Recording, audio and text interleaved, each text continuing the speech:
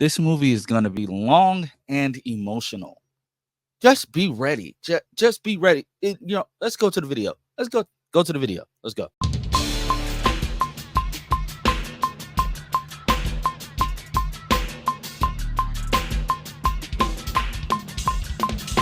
What are you waiting for? Come join the Geek Drums Nation. What is up, guys? Welcome to today's video. In today's video, we're going to be talking about the trailer for the Michael Jackson biopic that we did not get to see, but we got a good description of it. If I got you with the clickbaity title, I'm sorry, but I'm excited about this movie, guys. But before we jump into that, you can do what it says on the bottom of the screen. You want to become a channel member today? Go ahead, become a channel member. You can subscribe as well. Let's run the subscriber count up. Let's get this video to over 1,000 views if you want to.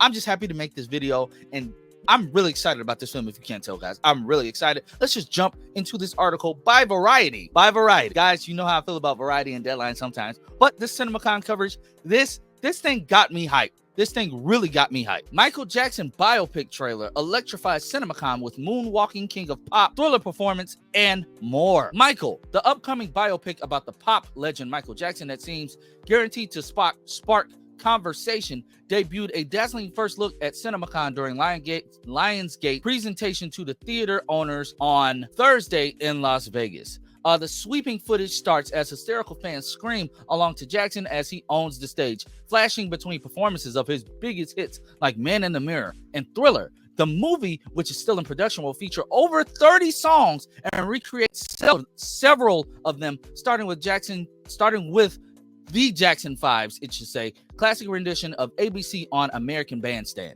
Directed by Antoine Fuqua, Michael promises to be a sweeping look at the musician's life, including the emotional toll that being a superstar took on the shy and private man behind the moonwalk. Let me highlight this. There might be some people who think you're different, and that's going to make life a little harder for you. His mom, Katherine Jackson, tells her gifted son in the trailer, but you never were like anyone else. Michael, you have a very special light, so make that light shine unto the world. I love that line. I guarantee you that line is going to bring me to tears in the film. His light was different. He was different. When it came to his musical genius and what he really wanted to do, he was different, and nobody can take that from him, honestly. So later in the footage, he says, "When I'm not on stage, everything feels foreign to me." We already knew that. We knew he was a very shy and private guy. He did not have a childhood. His childhood was lived out on the stage, on people's television screens. You know, he was a performer since he was a baby. So yeah, that makes sense. There's certainly no shortage of material to mine in telling Jackson's story. Before debuting the trailer, producer Graham King called the film an inside look at the most prolific artist who ever lived. He teased there are elements of drama, intrigue, and emotional states. I think they mean stakes. King noted that he's been preparing for the movie for 7 years, interviewing hundreds of people and carefully considering how to condense his complex life and legacy. There are biopics and there's Michael Jackson. That's the best way to describe it, said King, who also served as a producer on the box office smash Bohemian Rhapsody. Jackson topped charts and moonwalked his way into cultural history with classics like Beat It, Billie Jean, Bad, Man in the Mirror, Black or White, and Thriller. But he also faced multiple allegations of child sexual abuse. A 1993 lawsuit involving the singer was settled out of civil court, and in 2005 he was tried and acquitted on different claims. Jackson died in 2009 from an overdose of propofol. We all know that. Michael will deal with the abuse allegations according to a recent Variety report, but some critics wonder how the filmmakers will contend with the more controversial parts of his life and legacy given the involvement of his estate, as well as the fact that two of its executors, John Branca and John McClane, are producers of the film. We'll get into all of it, King promises. Behind the unrelenting scrutiny and the accusations and the spotlight, he was simply a man with a very complicated life.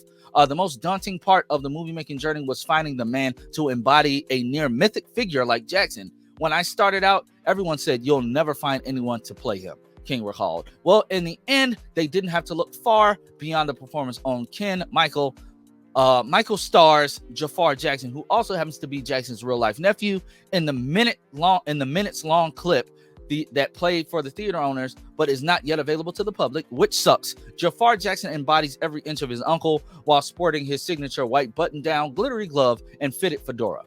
The superstar's parents will be portrayed by Oscar nominee Coleman Domingo. We already know all this. The film is out April 18th, 2025. And yeah.